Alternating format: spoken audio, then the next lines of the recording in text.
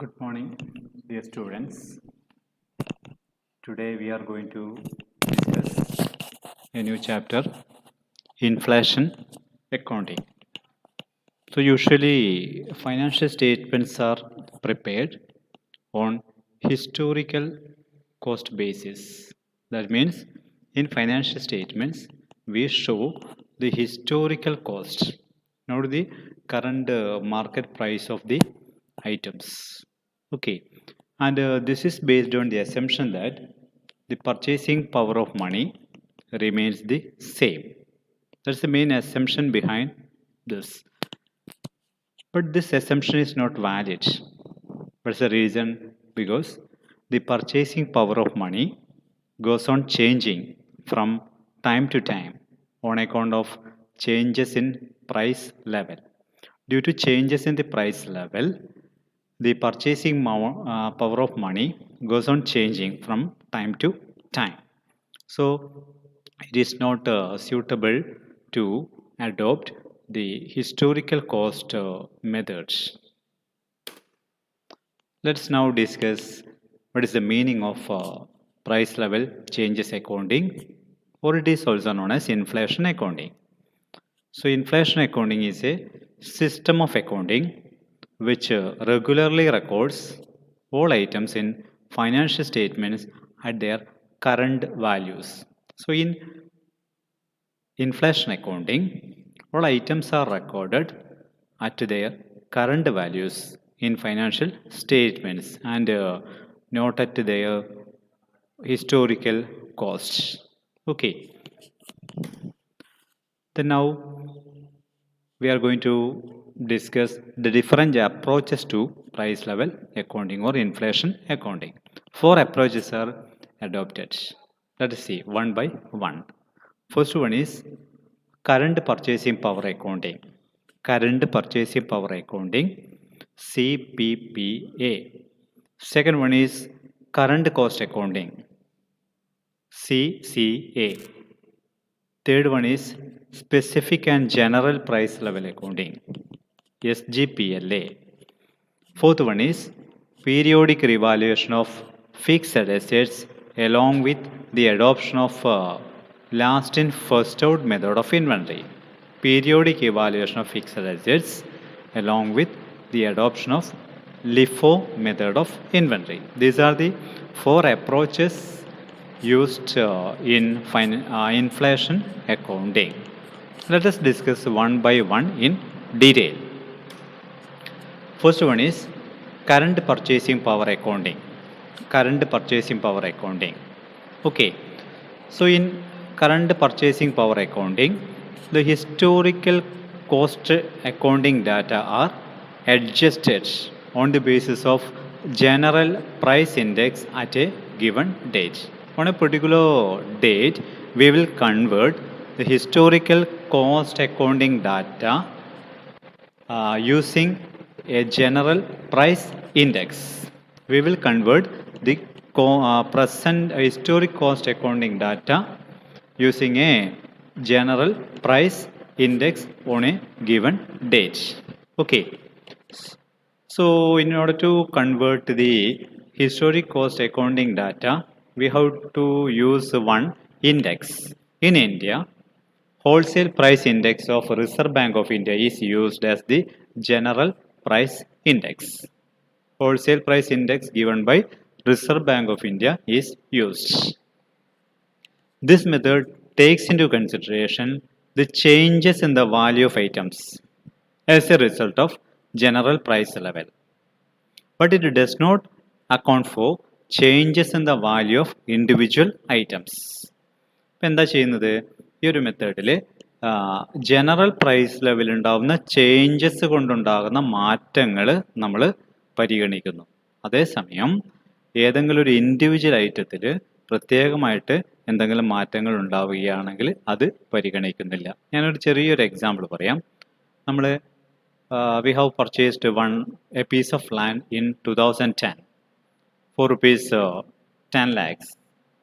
In the year 2010, we purchased a piece of land for rupees 10 lakhs. Okay. So, at the time of purchase, the general price index was 100. Now in the year 2020, the general price index is 200. 200. Okay. അപ്പോൾ നമുക്കിത് ഈ ലാൻഡിൻ്റെ ഇപ്പോഴത്തെ value നമ്മൾ കണ്ടുപിടിക്കുക എങ്ങനെയാ? 10 lakhs into വാങ്ങിച്ച സമയത്തുള്ള വില 10 lakhs ഇൻറ്റു ഇന്നത്തെ general price index 200 divided by വാങ്ങിക്കുന്ന സമയത്തുള്ള price index 100. That is equal to 20 lakhs. 20 lakhs ആയിരിക്കും ഇന്നത്തെ വാല്യൂ. ഓക്കെ. ഇനി നേരെ മറിച്ച് ഒരുപക്ഷെ അന്ന് വാങ്ങിച്ചിരിക്കുന്ന ലാൻഡ് 10 ലക്ഷം രൂപക്കാണ് വാങ്ങിച്ചിരിക്കുന്നത്. അന്ന് വാങ്ങിച്ചിരിക്കുന്ന ലാൻഡിൻ്റെ വില ഒരുപക്ഷെ 30 ലക്ഷമോ 50 ലക്ഷമോ ആയിട്ട് ഇപ്പോൾ മാറിയിട്ടുണ്ടായേക്കാം. കാരണം ജനറൽ പ്രൈസ് ലെവൽ ഇൻഡെക്സിലുള്ള മാറ്റങ്ങൾക്കനുസരിച്ചല്ല ലാൻഡിൻ്റെ വില പലപ്പോഴും വർദ്ധിക്കുന്നത്. പക്ഷെ അത് നമ്മളൊരു ഇൻഡിവിജ്വൽ ഐറ്റത്തിൻ്റെ വിലയിലുണ്ടായിരിക്കുന്ന മാറ്റം നമ്മൾ ഒരിക്കലും പരിഗണിക്കുന്നില്ല.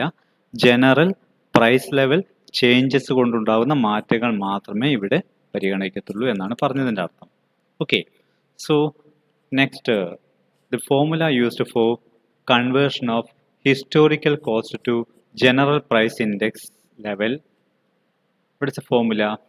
Conversion factor is equal to index you are converting to divided by index you are converting from. ഏത് ഇൻഡെക്സിലേക്കാണ് നമുക്ക് കൺവേർട്ട് ചെയ്യേണ്ടത്, അതിനെ ഏത് ഇൻഡെക്സിൽ നിന്നാണ് നമുക്ക് കൺവേർട്ട് ചെയ്യേണ്ടത് എന്നുള്ളതിനെ കൊണ്ട് ഡിവൈഡ് ചെയ്ത് കഴിഞ്ഞാൽ കൺവേർഷൻ ഫാക്ടർ കിട്ടും. സോ ഒരു എക്സാമ്പിൾ നോക്കിക്കഴിഞ്ഞാൽ നമുക്കത് വിശദമായിട്ട് മനസ്സിലാവും. For example, a piece of land was acquired at a price of rupees 50,000 in 2018. A piece of land was purchased for rupees 50,000 in 2018 when the general price index was 200. At that time, general price index was 200. The cost of land may be restated in terms of current value of rupee in 2019 at an index of 300. അപ്പോൾ 2019 ആയപ്പോഴേക്ക് ആ general price index 300 ആയിട്ട് മാറി. അങ്ങനെയാണെങ്കിൽ 2018 50,000 രൂപക്ക് വാങ്ങിച്ചിരിക്കുന്ന ലാൻഡിൻ്റെ 2019 value എത്രയായിരിക്കും എന്നുള്ളതാണ് calculate ചെയ്യുന്നത്. So 50,000 into നമ്മൾ 2019 ഇൻഡെക്സിലേക്കാണ് മാറ്റേണ്ടത്. 300 ഡിവൈഡഡ് ബൈ 2018 വാങ്ങിക്കുന്ന സമയത്തുള്ള index 200. That is equal to 75,000. ഇതാണ് 2019 ഈ ലാൻഡിൻ്റെ വാല്യൂ എന്ന് നമുക്ക് കാണാൻ വേണ്ടി സാധിക്കും. Okay. Then now monetary items. ഒരു ടേമാണ് monetary items. In the case of monetary items, the amounts are fixed by contract or otherwise, regardless of changes in the price level. എന്താണ് മോണിറ്ററി ഐറ്റത്തിൻ്റെ കേസിൽ ആ ഐറ്റത്തിൻ്റെ എമൗണ്ട് ഫിക്സ്ഡ് ആണ് by contract or otherwise. അപ്പോൾ ഏതെങ്കിലും ഒരു contract പ്രകാരം അല്ലെങ്കിൽ മറ്റെന്തെങ്കിലും രീതിയിൽ അതിൻ്റെ എമൗണ്ട് ഫിക്സ്ഡ് ആണ്. അതൊരിക്കലും ജനറൽ പ്രൈസ് ലെവലിലുണ്ടാകുന്ന ചേഞ്ചസിനനുസരിച്ച് ആ എമൗണ്ട് മാറുകയില്ല. ഉദാഹരണം പറയുകയാണെങ്കിൽ monetary assets can be debtors, creditors, cash in hand, cash at bank, redeemable preference share capital, loans from banks or other financial institutions, etc. അപ്പോൾ ഉദാഹരണത്തിന് ഡെപ്റ്റേഴ്സ്, നമ്മൾ 2018 നമ്മുടെ കയ്യിൽ നിന്ന് സാധനം കുറച്ച് 1,00,000 രൂപയുടെ സാധനങ്ങൾ മറ്റൊരു വ്യക്തിക്ക് വിറ്റിരുന്നു. അദ്ദേഹത്തിൽ നിന്നും പൈസ നമ്മൾ കിട്ടുന്നത് 2020 അദ്ദേഹം തരാമെന്നാണ് പറഞ്ഞിരിക്കുന്നത്, 2 വർഷം കഴിഞ്ഞിട്ട്. നമ്മൾ പൈസ 2020 വാങ്ങിക്കുമ്പോഴും നമുക്ക് കിട്ടുക 1,00,000 രൂപയാണ്. ഇതിൽ കൂടുതൽ കിട്ടില്ല. പ്രൈസ് ലെവൽ ചേഞ്ചസ് ഒരുപക്ഷെ മാറിയിട്ടുണ്ടാവാം, എങ്കിലും ഇദ്ദേഹവുമായിട്ടുള്ള എഗ്രിമെൻ്റ് പ്രകാരം 1,00,000 രൂപയുടെ സാധനങ്ങളാണ് അദ്ദേഹം വാങ്ങിച്ചിരിക്കുന്നത്. അതിന് തുല്യമായിരിക്കുന്ന 1,00,000 രൂപ മാത്രമേ 2020 അദ്ദേഹത്തിന് നമുക്ക് തരാൻ ബാധ്യതയുള്ളൂ. ഇത്തരത്തിൽ ഏതെങ്കിലും ഒരു എഗ്രിമെൻ്റ് പ്രകാരം അല്ലെങ്കിൽ മറ്റെന്തെങ്കിലും രീതിയിൽ അതിൻ്റെ എമൗണ്ട് ഫിക്സ് ചെയ്യപ്പെട്ടിരിക്കുന്ന ഐറ്റത്തെയാണ് നമ്മൾ മോണിറ്ററി ഐറ്റംസ് എന്ന് വിളിക്കുന്നത്. അത് ലാബിലിറ്റീസ് ആവാം, അസറ്റ്സ് ആവാം, എന്തുമാവാം. ഓക്കെ. ക്രെഡിറ്റേഴ്സ് ആവാം, ക്യാഷ് ഇൻ ഹാൻഡ് ആവാം, ക്യാഷ് അറ്റ് ബാങ്ക് ആവാം, redeemable preference share capital ആവാം, ലോണുകളാവാം, എന്തും ആവാം. And another important feature is of a monetary item is that the value of these items is fixed. Yes, we are not going to get more from debtors or pay more to creditors regardless of general price increase in the price level. Then now examples of non-monetary items are, we have discussed monetary items. Now we are going to discuss non-monetary. You know what is a non-monetary item? The examples are inventory, machinery, buildings, furniture, etc. അപ്പോൾ അതിൽ ഇൻവെൻട്രിയുടെ case എടുക്കുക. നമ്മുടെ കയ്യിൽ inventory ഉണ്ട്. ഇപ്പോഴ് 2018 ഉള്ള സ്റ്റോക്കാണ്. അന്ന് ആ സ്റ്റോക്കിൻ്റെ വില 1,00,000 രൂപയായിരുന്നു എന്ന് കരുതുക. 2019 ആ സ്റ്റോക്ക് നമ്മൾ വിൽക്കാൻ വേണ്ടി വെച്ചപ്പോൾ 1,20,000 രൂപയാണ് ഇപ്പോൾ ആ സ്റ്റോക്കിൻ്റെ വില. അപ്പോൾ നമ്മൾ വിറ്റ് കഴിഞ്ഞാൽ 1,20,000 രൂപ കിട്ടും.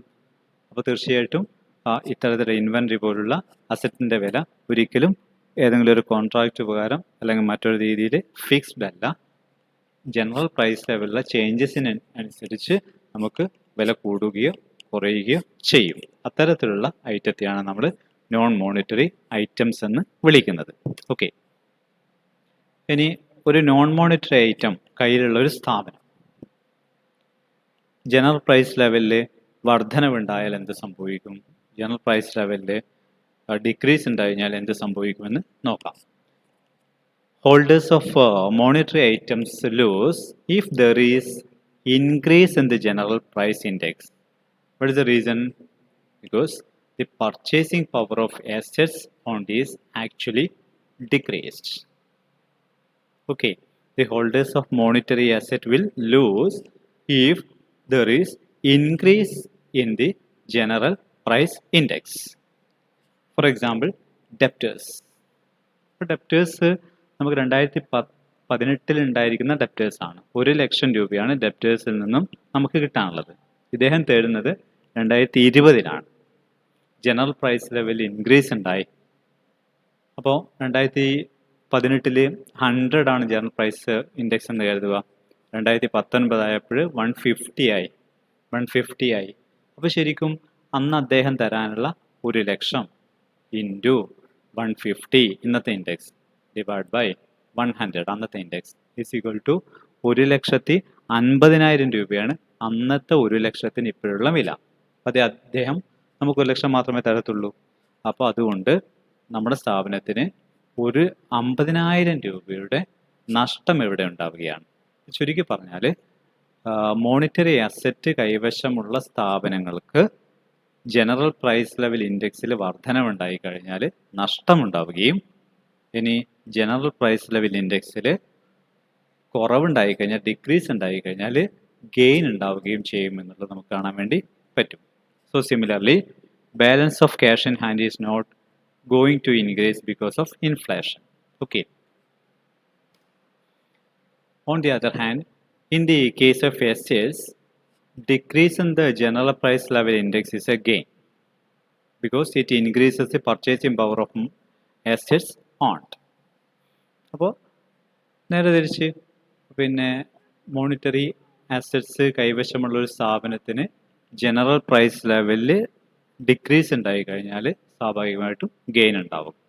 Okay, four example, A cash balance of ₹10,000 at the beginning of the year will be able to purchase more at the end of the year because of increase in the purchasing power of cash.